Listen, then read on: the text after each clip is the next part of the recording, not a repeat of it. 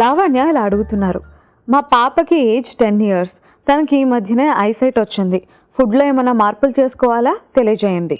Hello Lavanya గారు, పిల్లల eyesight చక్కగా ఉండాలి అంటే వాళ్ళ డైట్లో కొన్ని న్యూట్రియంట్స్ తప్పనిసరిగా ఉండేలాగా చూసుకోవాలి.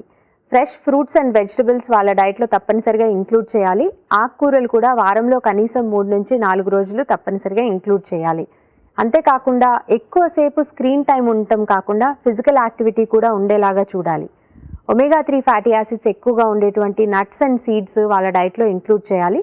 నాన్ వెజిటేరియన్ తినే వాళ్ళైతే కనుక తప్పనిసరిగా వారానికి ఒకసారైనా ఫిష్ కూడా డైట్లో ఇంక్లూడ్ చేసుకోవడం మంచిది.